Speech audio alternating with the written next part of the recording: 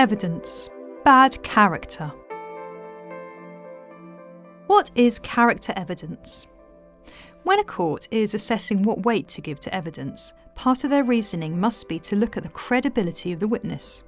If they're given information about the previous character of the witness, for example, previous convictions, then they'll use that information to assess the witness's credibility.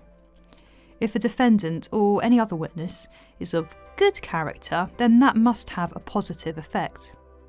If the defendant is of bad character, it may have a negative effect. What is bad character? Section 98 of the Criminal Justice Act 2003 defines bad character as evidence of previous misconduct.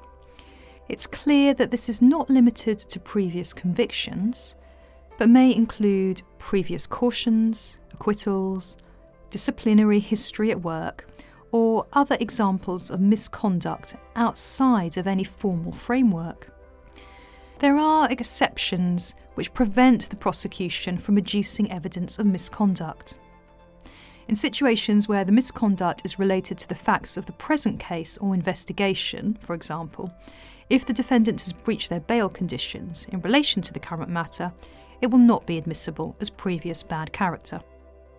Evidence which relates to the facts of the offence will be relevant and will usually be admissible anyway as part of the prosecution's case, and so is also not covered by the bad character provisions.